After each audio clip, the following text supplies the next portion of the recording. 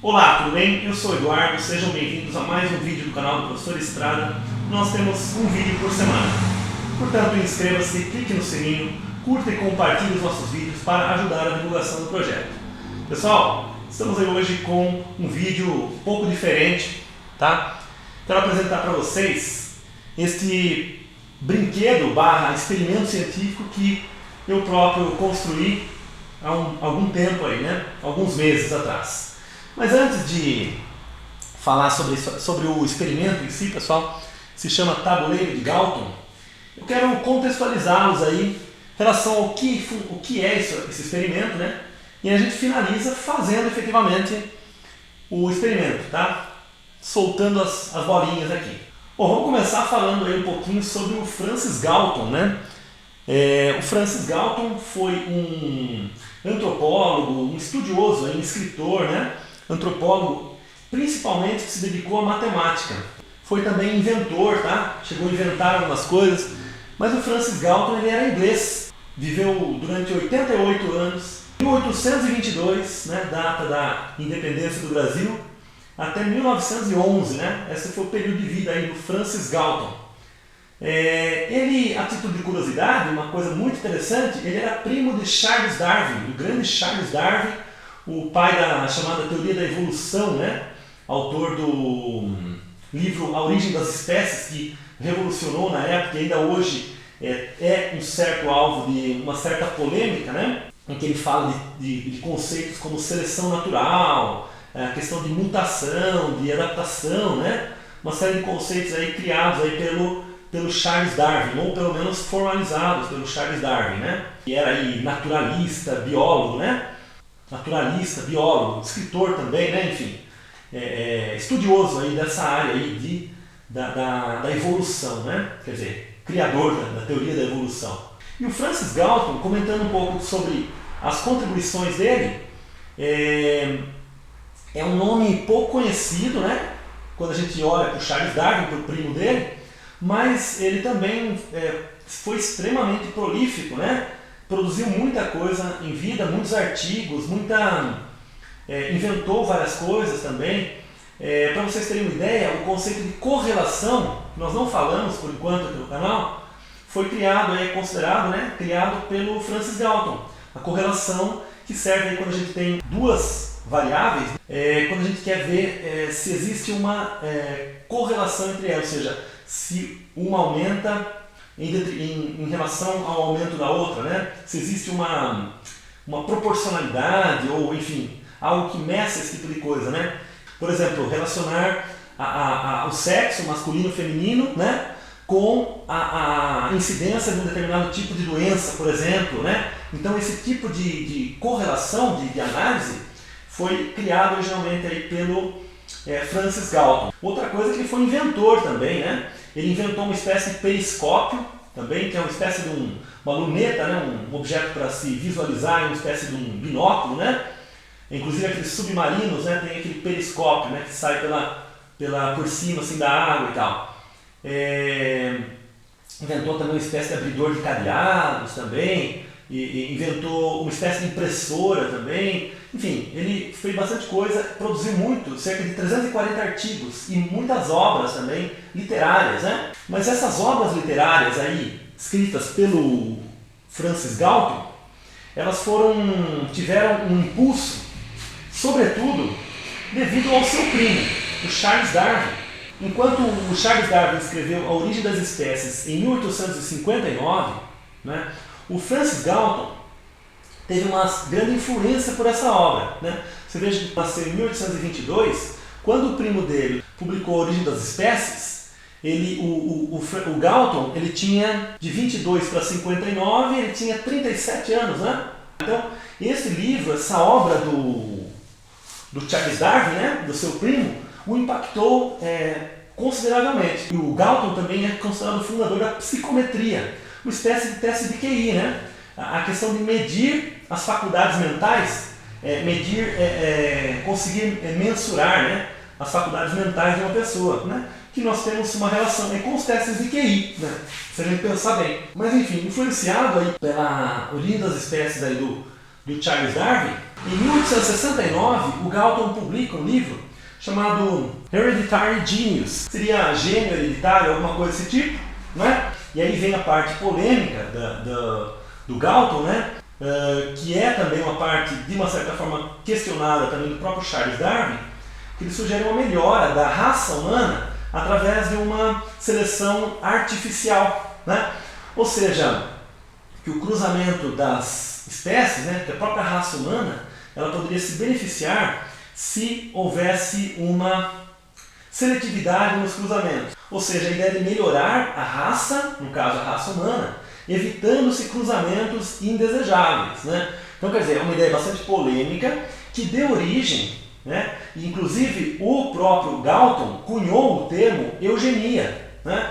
Que futuramente vocês sabem já onde é que apareceu essa questão da eugenia, né?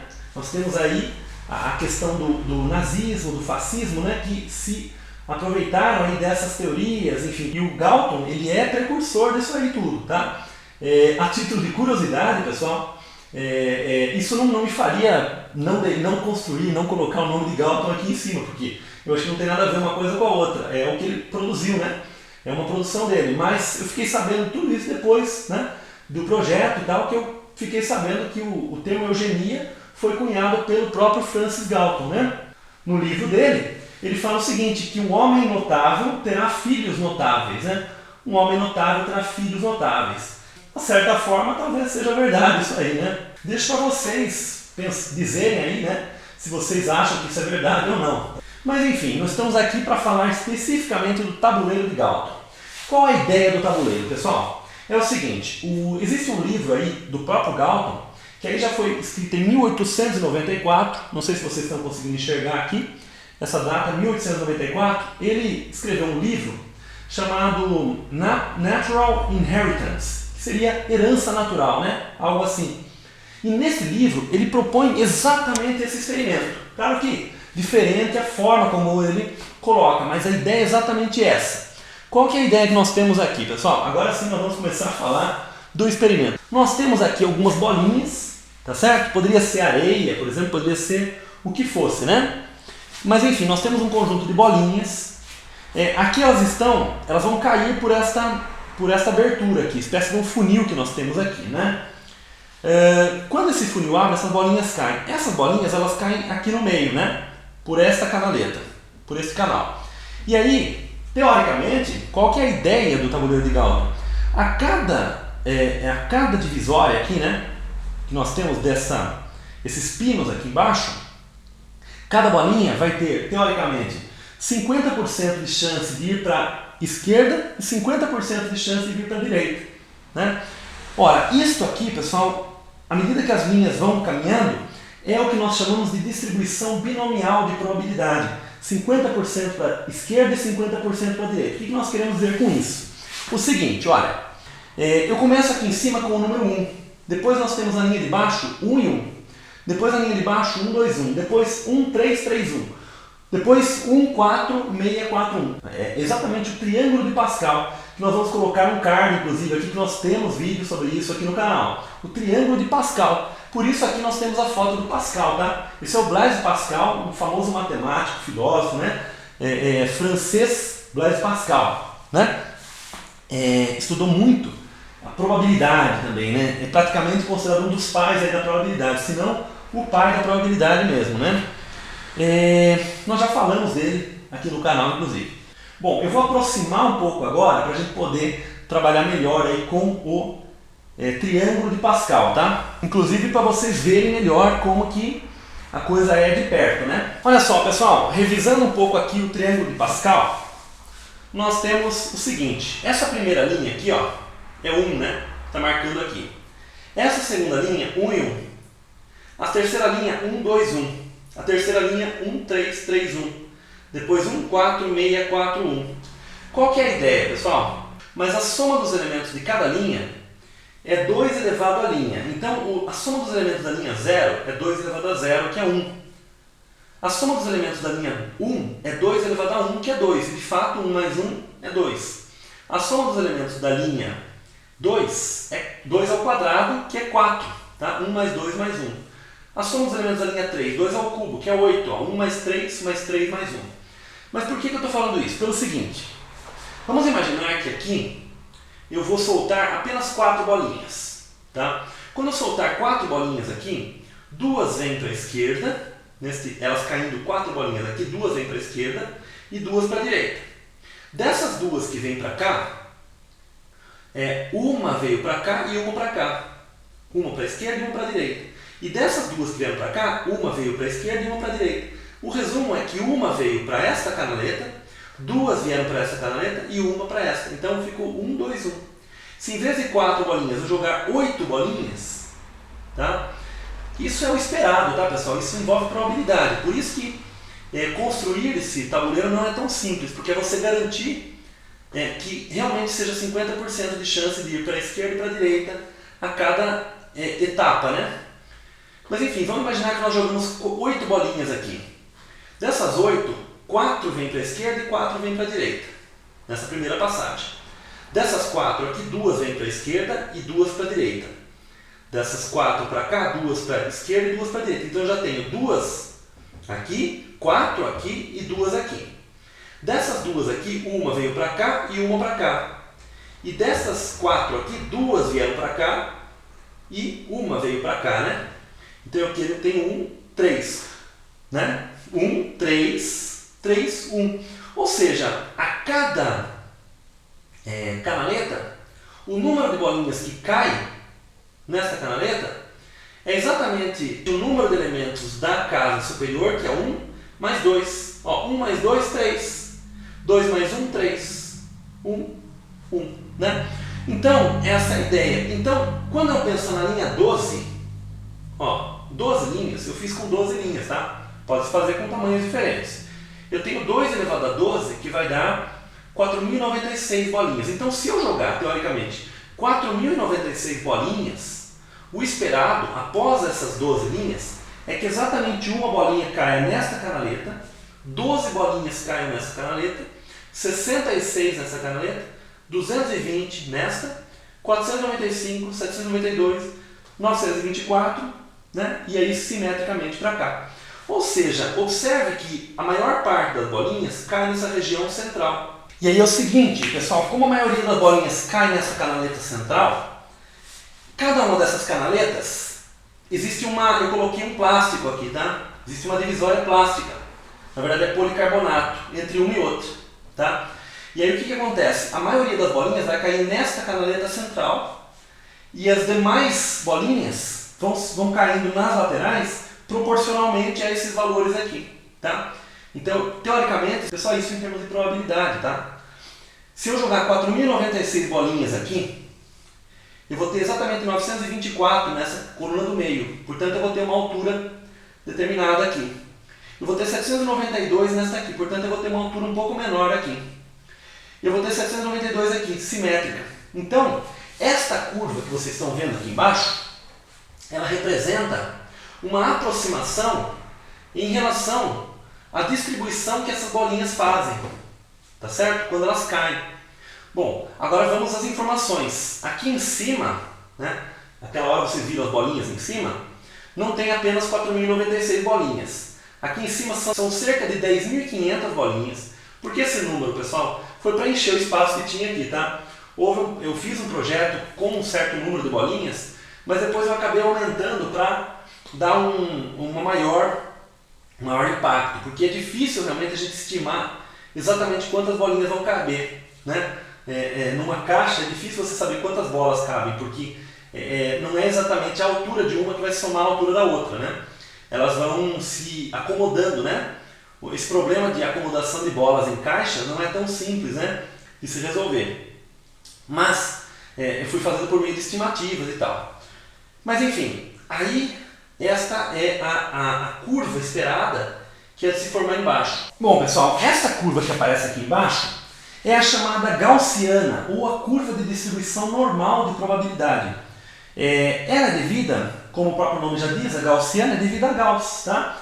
Creditada a Gauss, embora, né, existam outras contribuições, também muito creditada a Laplace, né, e também De Moivre, né, Laplace, De Moivre, Hermite também teve muitas contribuições. Mas enfim, nós temos aqui vários nomes, né? Vocês sabem que o conhecimento ele vai sendo produzido aí por várias pessoas. Mas o Gauss realmente ele representa a gaussiana, né? Quer dizer, ele empresta o seu nome aí a essa curva famosa aí, a gaussiana. Então, pessoal, agora nós chegamos ao momento que acredito que aguardado aí, né? Quando eu soltar esse dispositivo aqui atrás, que está prendendo essas bolinhas aqui em cima, tá? Essas bolinhas são bolinhas de airsoft, tá? De arminha de pressão, de plástico. Vão cair e aí sim a gente vai poder apreciar se realmente vai ser formada uma curva dentro desse formato aqui, tá? Da gaussiana. E aí a gente volta comentando um pouquinho da utilidade disso aqui. 3, 2, 1...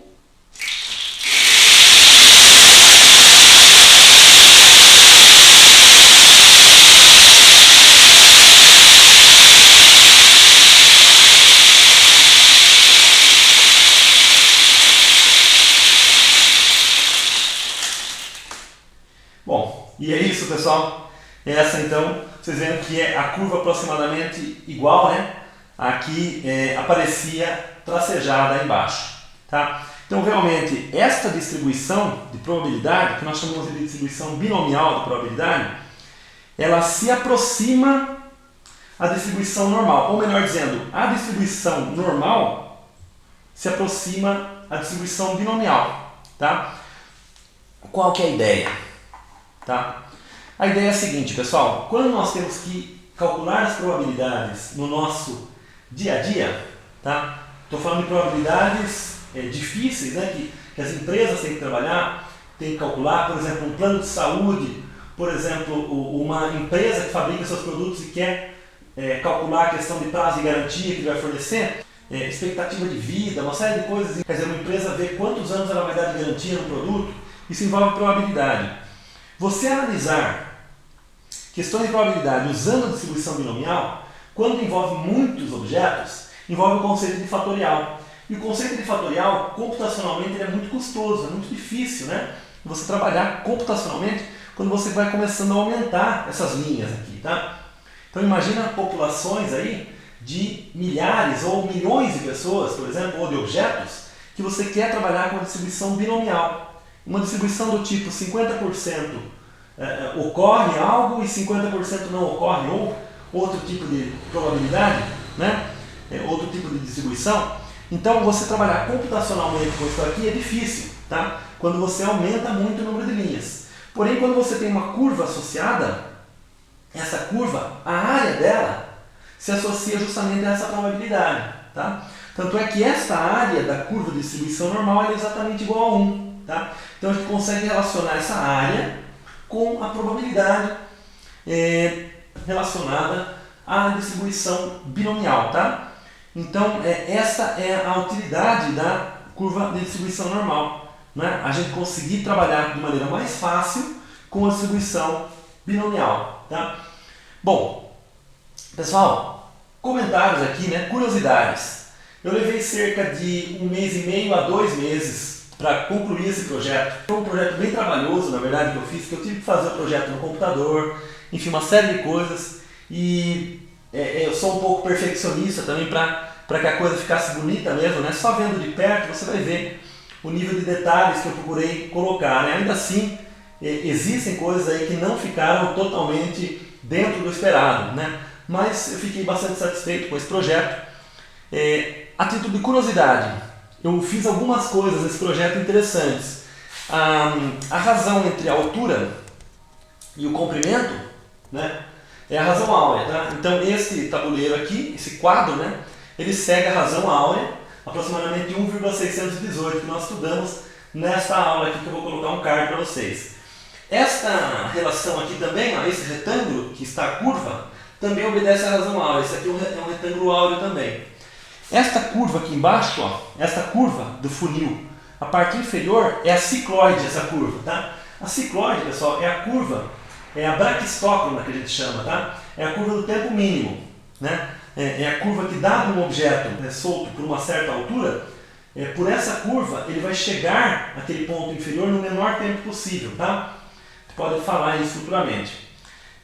Esta curva aqui em cima é uma espécie de clepsidra, tá? É uma curva da forma y igual a x à quarta, né? Só que existe um coeficiente aí. Por que eu procurei utilizar a clepsidra aqui? Porque ela proporciona aí, dentro de certos parâmetros, que não é o caso aqui, tá? Não consegui fazer exatamente dentro dos parâmetros necessários, mas a ideia é utilizar essa curva porque ela proporciona um fluxo constante, tá? Então quer dizer, o fluxo de bolinha ser constante ao longo do tempo, ele não aumentar nem diminuir, ser constante ao longo do tempo. Essa curva proporcionaria isso aí, tá? Esse material eu usei madeira, tá? Madeira. Então tem os funis aqui, né? Esses pininhos também são de madeira, né? Aqui foram colados adesivos, que são os números colocados aí. Esse plástico aqui é policarbonato, que é um plástico extremamente forte, muito mais forte do que acrílico, tá? O acrílico ele é quebradiço, mas esse material é flexível, porém ele é extremamente rígido. Você pode furar tranquilamente, ele não racha, né? Material excelente para esse tipo de trabalho aqui, tá? Chama-se policarbonato. As bolinhas eu falei para vocês, né? Já. Aqui em cima, a título de curiosidade, eu coloquei 2 pinos a mais de cada lado, uma coluna a mais de cada lado, porque você observa que, na verdade, ó, esta última coluna era para vir bolinhas somente até aqui, mas algumas vêm para cá, porque como o fluxo de bolinhas é tão grande, né, tem tanta bolinha, que algumas elas acabam batendo umas nas outras e elas escorrem um pouco para cá. Por isso que eu coloquei essas 2 colunas aqui, ó, essas duas diagonais aqui de folga, tá? Justamente para evitar essa questão, para prever essas bolinhas que vão cair um pouquinho para cá e também ajuda no próprio formato. Infelizmente, pessoal, eu reconheço, ele não ficou perfeitamente o maior, né? A maior coluna deveria ter ficado essa aqui do meio. Bom, a gente tem um certo desnível aqui no chão, pode ter um certo desnível no chão, né? Mas ainda assim ele não ficou perfeitamente essa coluna do meio mais alta, tá?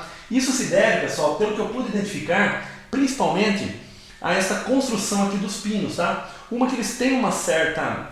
não está perfeitamente alinhado, tá? Foi difícil porque eu fui fazendo tudo isso aí na mão, tá? Com gabaritos e tal, mas com furadeira na mão, tá? Eu não usei algo para furar com bancada, furadeira de bancada, eu não usei nada disso, eu usei furadeira, eu fui fazendo na mão mesmo. Totalmente na mão foi feito esse quadro aqui, tá?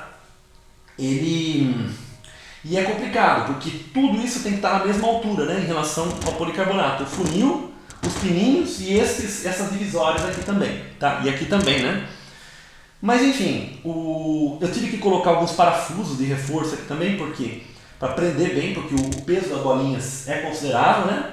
Ele tem ao todo mais de 10 quilos, esse quadro, tá? Então é um pouquinho pesado. E outra coisa que pode ter influenciado para não ficar tão alto aqui no meio, mais alto do meio e realmente simétrico, é a questão dessa angulação aqui que eu fiz com 45 graus, tá? E pelo que eu pude pesquisar depois e tal, né, eu vi que muitos fazem com 60 graus, na verdade, triângulos inclinados. Eu fiz com 45 graus de inclinação aqui. E também esse distanciamento também não é fácil de se achar, e tem também relação também com o diâmetro da bolinha também, da esfera, né, das esferas. Então não é fácil fazer perfeito. Então, considerando as minhas limitações de ferramenta mesmo também e tudo mais, eu fiquei extremamente satisfeito, né, com o projeto. Coloquem aí nos comentários o que vocês acharam. Uma outra coisa que eu queria comentar é o seguinte: o que me motivou a fazer isso aqui foram aulas, realmente, eu dando aulas de probabilidade, de distribuição binomial para os alunos. Eu descobri, né, esse tabuleiro aqui, o tabuleiro de Galton, né? Eu vi também esse tabuleiro no Museu da Matemática aqui em São Paulo, tá? Museu Prandiano de Matemática. Eles possuem lá um tabuleiro desse aqui, né? Mas modéstia à parte, o meu ficou mais bonito. Mas enfim, eles possuem lá. E existe também uma peça que se chama Galton Board, que é tabuleiro de Galton em inglês. É uma peça de plástico, pessoal. É praticamente o tamanho de meia folha de papel. Olha só, praticamente esse tamanho, menor do que isso, tá? Acho que metade de meia folha de papel. E é patenteado, né, por uma empresa que se chama Galton Board. E eles fazem esse tabuleiro de plástico, aí fica perfeitinho, né, com bolinhas de metal, bem pequenininho, pequeno. E eu quis comprar um daquele lá, né, na verdade. Isso, questão de 8, 10 meses atrás, né. Eu fui pesquisar Aliás, vocês mesmos podem dar uma pesquisada depois. Na Amazon está cerca de $35, né? Esse tabuleiro de Galton. O original, Galton Board. Né? Depois dei uma pesquisada lá. Bom, até aí eu achei um pouco caro, mas compraria ainda, né? No entanto, pessoal, como é importado, o frete extremamente caro. O frete aumenta em mais $60. O frete, só o frete é $60. Então, isso inviabilizou, porque $60 aumentaria mais R$300. Poxa, eu pagar quase R$500 por uma pecinha de plástico desse tamanho, sei lá, desse tamanho, que ainda não é tão boa assim, digamos, porque é uma peça de plástico, afinal de contas, né? Só pelo status de ter uma peça original ali no Galton Board, eu falei, olha, quer saber de uma coisa? Eu mesmo vou construir o Galton Board para futuramente usar nas aulas com os alunos, né, para ilustrar. E na verdade, com isso eu tive até uma ideia de fazer mais brinquedos matemáticos, entre aspas, né? E esse é o primeiro que eu fiz, tá? Mais assim, mais elaborado, digamos. Olha, com certeza ficou mais caro ainda do que esse que eu compraria lá, mas olha o tamanho que ficou, né? Eu consigo pendurá-lo na parede, tá certo? E ele ficou um quadro, né? Tem que estar bem reforçado o suporte da parede, porque é um quadro meio pesado, né? Mas enfim, pessoal, espero que vocês tenham gostado. Vou mostrar um pouquinho como é que é a lateral dele, né? Olha só, a lateral dele, ela é marrom também, certo? E a traseira dele, ela é bege, né? Usei essa cor aqui. Aí eu fiz esse suportezinho de metal aqui, ó. Fiz esse suporte, tá? Pra poder prender na parede. E esse suportezinho é pra prender as bolinhas, tá? Olha só. É um suportezinho aí pra prender as bolinhas quando a gente vira, certo? Então qual que é a ideia aqui? Eu pego esse suporte, né? Eu tiro esse suporte, eu viro a peça e as bolinhas voltam pelo funil. Olha só.